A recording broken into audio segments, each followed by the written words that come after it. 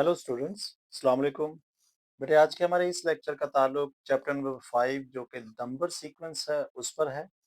और हमारा सिलेबस जो है वो 7th एडिशन D1 पर चल रहा है, ओ लेवल।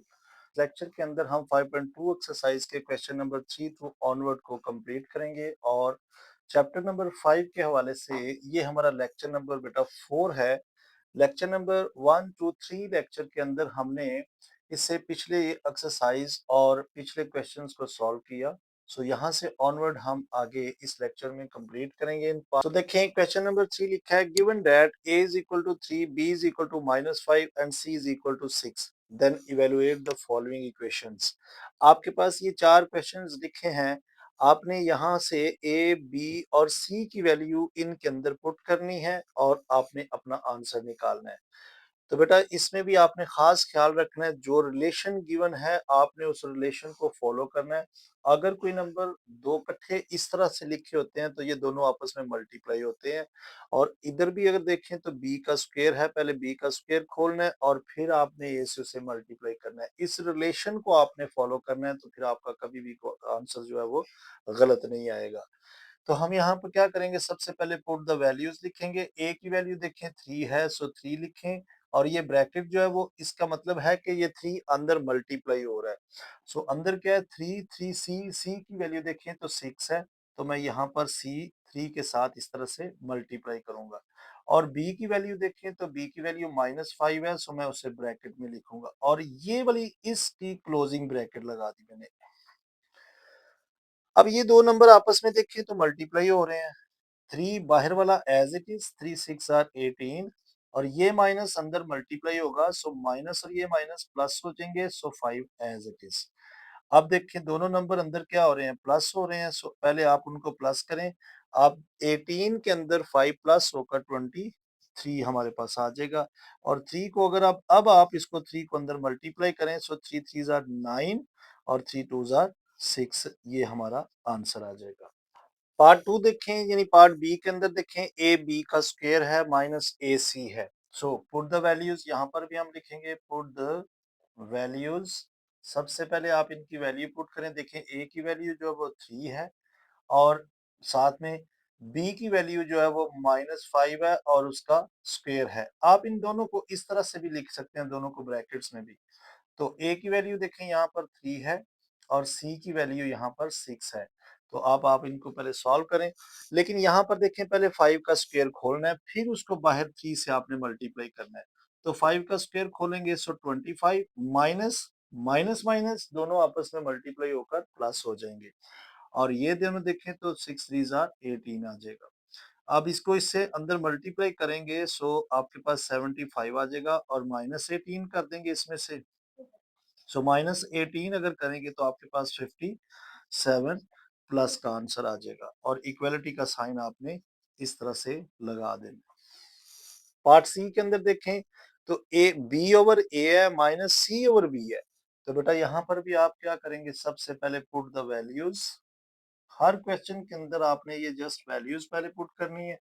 तो बी की वैल्यू देखें हमारे पास -5 है, -5 ओवर ए हमारे पास 3 है, माइनस सी की वैल्यू 6 है और बी की वैल्यू -5 है। यानी ये जितनी भी वैल्यूज हैं मैंने उसी हिसाब से इनकी वैल्यूज लगाई हैं। सो देखें पहले आप ये जो डबल साइन एक जगह पर आ रहा है इनको पहले सिंगल करें। 5/3 as it is, minus minus ये प्लस हो जाएगा 6/5। अब आप इन दोनों का देखें, अब फिर से दोबारा से ये फ्रैक्शन में आ गए हैं दोनों नंबर और प्लस या माइनस हो रहे हैं। तो जब भी वैल्यू फ्रैक्शन में आए और प्लस माइनस हो रही हो तो आपने एलसीएम लेना है। तो बेटा देखें इसका एलसीएम लेने का तरीकाकार ये है कि जितने नंबर नीचे पाए जाए उनको आपने इस तरह से लिखना है और इधर बाहर वो नंबर लिखना है कि जो ज्यादा से ज्यादा नंबर को डिवाइड करे। तो 3 1 जार 3, 5 नहीं जा रहा तो उसको आप एज इट इज लिख दें। फिर आपने 5 पे करना है 5 1 जार, तो ये दो नंबर जो आए हैं 5 3 जार 15, ये इसका एलसीएम है, वो यहाँ लिखें।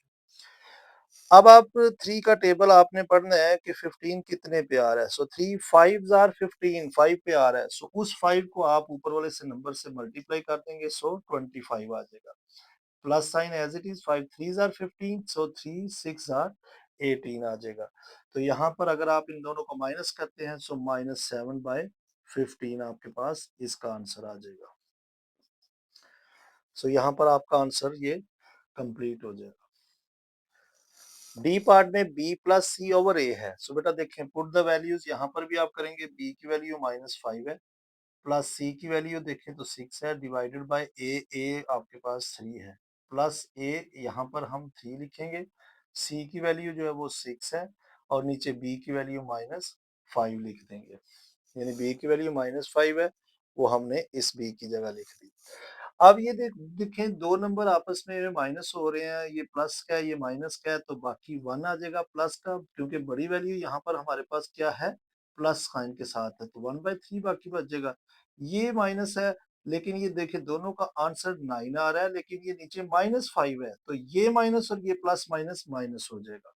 अब देखिए यहाँ पर भी हम क्या कर रहे हैं कि दोनों फिर माइनस के साथ है, प्लस या माइनस के साथ फ्रैक्शन में है, तो फिर क्या करेंगे, जैसे यहाँ पर हमने एलसीएम लिया, इधर भी एलसीएम 3 और 5 का, इधर भी एलसीएम 15 ही आएगा। सो ये 15 लिख लिया, 3 5 आर 15, सो 5 पे आएगा, सो 5 1 आर 5, आगे minus sign as it is.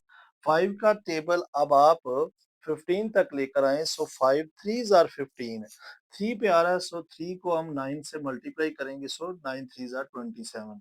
तो बेटा आप दोनों को माइनस करेंगे तो आपके पास जो आंसर आएगा वो 22 ओवर 15 आ जाएगा, और आंसर में माइनस आएगा क्योंकि बड़ी वैल्यू माइनस की है।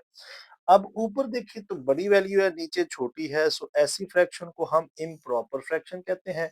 अब हम इसको मिक्स फ्रैक्शन में लेके आ सकते हैं, 22 को अंदर रखें, 15 पे डिवाइड कर दें, 15 1 आर 15, सो वापस हमारे पास 7 आ जाएगा। अब आप इसको लिखने का तरीकाकार क्या है, जो आंसर आएगा उसको पहले लिखना है और लाइन लगा देनी है, जो बाकी बचे उसको ऊपर, और जिससे डिवाइड कर रहे हैं उसको नीचे लिखना है, और ये साइन माइनस का अपनी जगह पर ही है, और इसको हम मिक्स फ्रैक्शन कहते हैं। सो यहाँ पर हमारा क्वेश्चन 3 भी कंप्लीट हो चुका है। सो नेक्स्ट पार्ट देखते हैं। सो बेटा इसी के साथ पार्ट नंबर 4 देखें, लिखा है simplify each of the following expression, यानी इन एक्सप्रेशन को आपने सिंप्लीफाई करना है। सिंप्लीफाई करने से क्या मुराद है, आपके पास देखें यहाँ पर नंबर जो लिखे हुए हैं, आपने लाइक टर्म को लाइक टर्म्स के अंदर प्लस है तो प्लस कर दे, माइनस है तो माइनस कर दे। लाइक टर्म से क्या मुराद है, अब देखें ये 5x है, अब 5x 22 के अंदर तो प्लस नहीं हो सकती ना माइनस हो सकती है, क्योंकि वो लाइक टर्म्स नहीं है, वो एक जैसी नहीं है। x वाली x के अंदर माइनस प्लस होगी, और स्क्वायर वाली के साथ प्लस माइनस होगी। सो ऐसी टर्म्स जिनमें पावर सेम होती हैं और नंबर सेम होते हैं, उन टर्म्स को हम लाइक टर्म्स कहते हैं। सो यहाँ पर देखें 5x को हम 6x के अंदर ये देखें तो ये लाइक टर्म्स है, ये और ये लाइक टर्म्स है, तो यहाँ पर 5x है, यहाँ पर जो है वो 6x है, तो हम इसको अरेंज भी कर सकते हैं इस तरह से, 22 माइनस 23, यानी इसको मैंने इसके साथ मिला दी है और इसको मैंने इसके साथ मिला दी है। इधर देखें तो -x बाकी बच रहा है, इधर देखें तो -1 बाकी बच रहा है, यानी 22 23 में से निकल जाएगा तो -1 आपके पास आंसर आ जाएगा। सो सेकंड पार्ट में देखें तो यहाँ पर देखें x 3y 6x 4y, तो बेटा x वाली x के अंदर आप प्लस कर दें, आप डायरेक्ट भी कर सकते हैं, आप ना इसको अरेंज करें। देखिए x को 6x के अंदर करेंगे सो 7x आ जाएगा, 3y को 4y के अंदर देखें दोनों प्लस साइन के साथ है, सो 7y इसका भी आंसर आ जाएगा। आपने प्लस माइनस को खास ख्याल के साथ यहाँ पर हैंडल करना है, क्योंकि कुछ वैल्यूज प्लस के साथ होती हैं, कुछ वैल्यूज माइनस के साथ होती हैं। यहाँ पर जो वेरिएबल आ गए हैं वो x और y आ गए हैं, तो देखें ये XY है, और ये भी तो XY हो या YX हो, बात तो एक ही है, वो जस्ट उसने उसकी अरेंजमेंट को फर्क कर दिया है, तो आप ये समझें कि ये XY ही है। तो देखिए ये माइनस के साथ है, ये प्लस के साथ है, तो प्लस का ये है, ये माइनस का, तो दो इसमें से माइनस होकर 4XY बाकी रह जाएगा।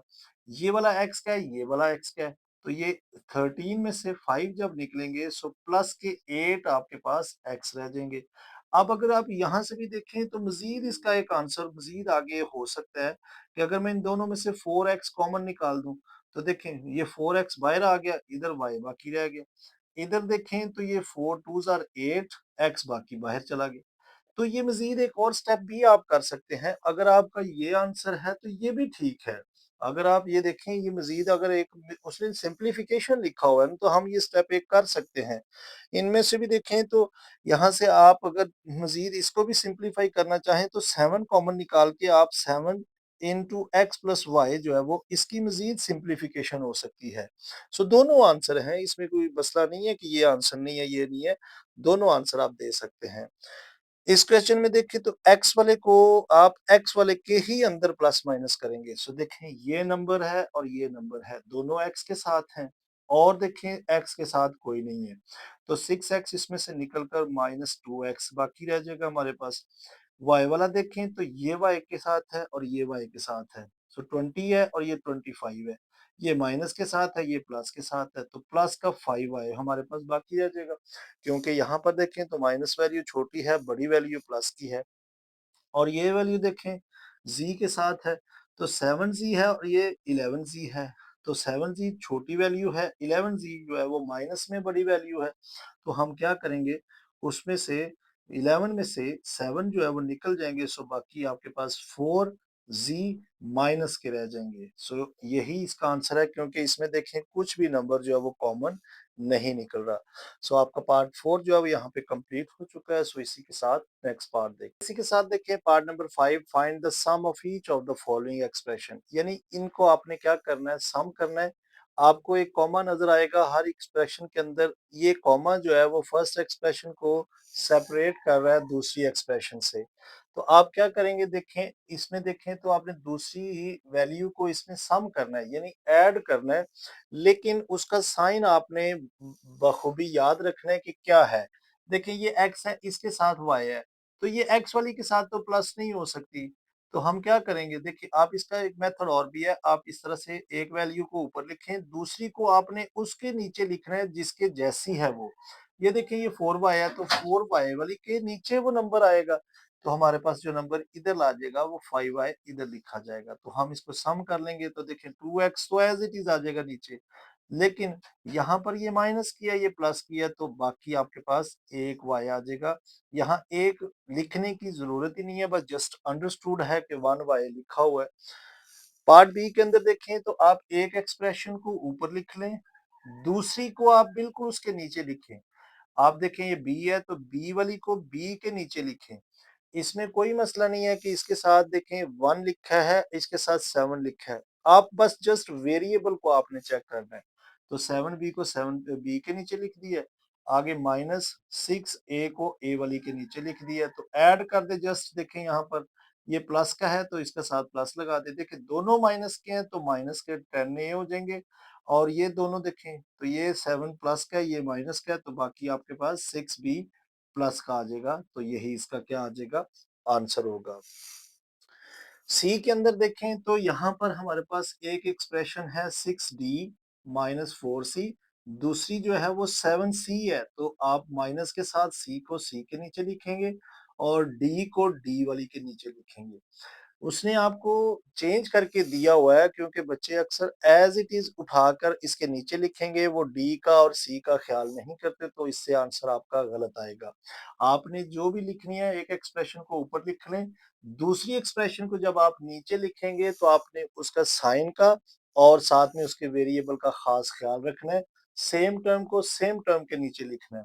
तो देखिए ये दोनों प्लस के हैं तो ये 12d हो जाएगा, और ये दोनों माइनस के हैं तो यहाँ पर 11c आ जाएगा। तो यही इसका आंसर होगा।